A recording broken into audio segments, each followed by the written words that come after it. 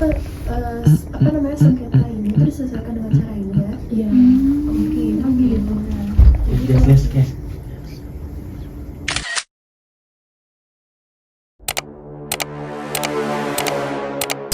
Mahkamah Agung menggelar sosialisasi kebijakan MA berupa penyelesaian sengketa di pengadilan. Memenangkan sengketa dagang dengan Uni Eropa terkait ekspor produk sawit. Dampak kemenangan.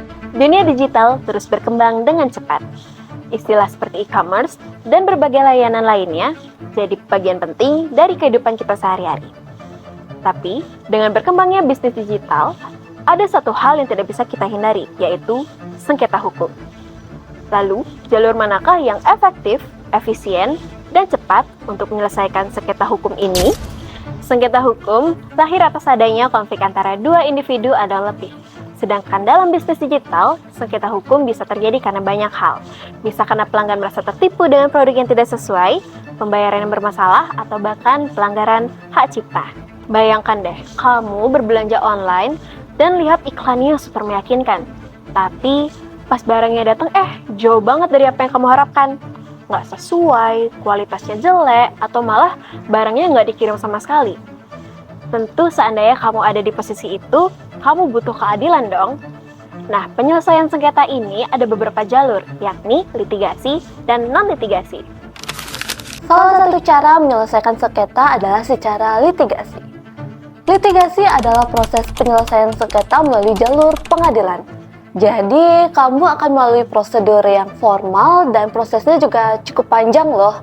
Mencakup penyusunan gugatan, pendaftaran perkara, sidang-sidang yang memakan waktu lama, keputusan hakim hingga proses banding yang diajukan oleh pihak-pihak yang tidak merasa puas atas hasil keputusan hakim. Penyelesaian sengketa melalui jalur ini ada banyak jenisnya loh, tergantung jenis sengketa kamu termasuk sengketa apa. Penyelesaian sengketa ini dapat dilakukan di pengadilan negeri, pengadilan agama, pengadilan tata usaha negara, pengadilan militer, atau mahkamah konstitusi. Tentu dalam mengambil hasil putusan ini, hakim menganut prinsip-prinsip seperti independensi, legalitas, netralitas, proporsionalitas, kepastian hukum, hingga transparansi.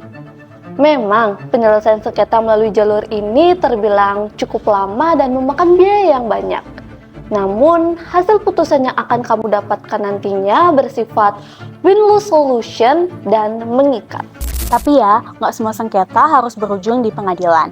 Ada cara lain yang lebih cepat dan nggak terlalu rumit, yaitu penyelesaian melalui jalur non-litigasi. Penyelesaian jalur non-litigasi ini bisa melalui mediasi, arbitrase, negosiasi, dan juga konsiliasi.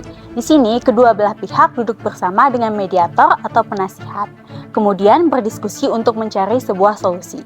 Ini bisa jadi pilihan yang lebih efisien kalau sengketanya nggak terlalu rumit. Misalnya, kamu bisa meminta kompensasi tanpa harus datang ke pengadilan.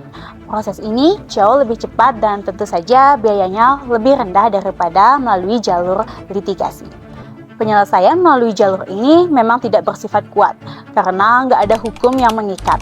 Tetapi hasil penyelesaiannya bersifat win-win solution karena tentu kedua belah pihak ingin mendapatkan hasil yang diinginkan. Guys, pernah dengar kasus kayak ini ya guys? Kasus dimana seorang pelanggan yang bernama DC, dia tuh belanja iPad secara online melalui salah satu platform e-commerce. Coba bayangin, udah bayar mahal nih, berharap barang yang datang ini bakal sesuai sama yang dia pesan.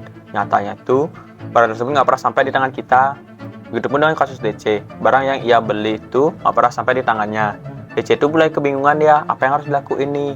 Nggak ada pilihan lain, alhasil DC pun memilih menyelesaikan kasus ini melalui jalur non-litigasi, yaitu menghubungi pihak-pihak terkait seperti customer service, kurir, hingga merchant. Kasus ini pun terselesaikan di mana DC mendapatkan kompensasi dari platform tersebut. Tapi, apa jadinya jika jalur non-litigasi ini nggak berhasil? Kalau nggak ada titik terang, setelah berkoordinasi dengan pihak e-commerce, DC pun bisa mengambil langkah litigasi, yang dimana dia akan mengajukan gugatan ke pengadilan. Prosesnya memang lebih panjang dan melibatkan banyak pihak seperti pengacara, bukti transaksi, bahkan sidang-sidang yang akan memakan waktu berbulan-bulan. Tapi ingat, DC nggak harus langsung ke pengadilan. Alternatif lainnya lebih praktis adalah jalur non-litigasi, di mana jalur ini lebih cepat dan bisa menghindari proses pengadilan yang panjang. Berdasarkan kasus tersebut, kita bisa belajar kalau nggak semua sengketa harus berujung di pengadilan. litigasi bisa jadi jalan terakhir kalau tidak ada cara. Namun sebelum itu, ada banyak cara yang lebih efisien seperti mediasi atau arbitrase yang bisa menyelesaikan masalah tanpa ribet. Yang penting, kita harus tahu hak-hak kita dan memilih cara yang paling sesuai dengan kondisi sengketa yang kita hadapi. Litigasi itu seperti main game, kadang kamu menang, kadang juga kalah. Nggak semua perkara itu perlu dibawa ke pengadilan. Kadang, ngobrol aja bisa menyelesaikan perkara. Siapa tahu bisa win-win solution. Jadi, pilih opsi penyelesaianmu dengan bijak.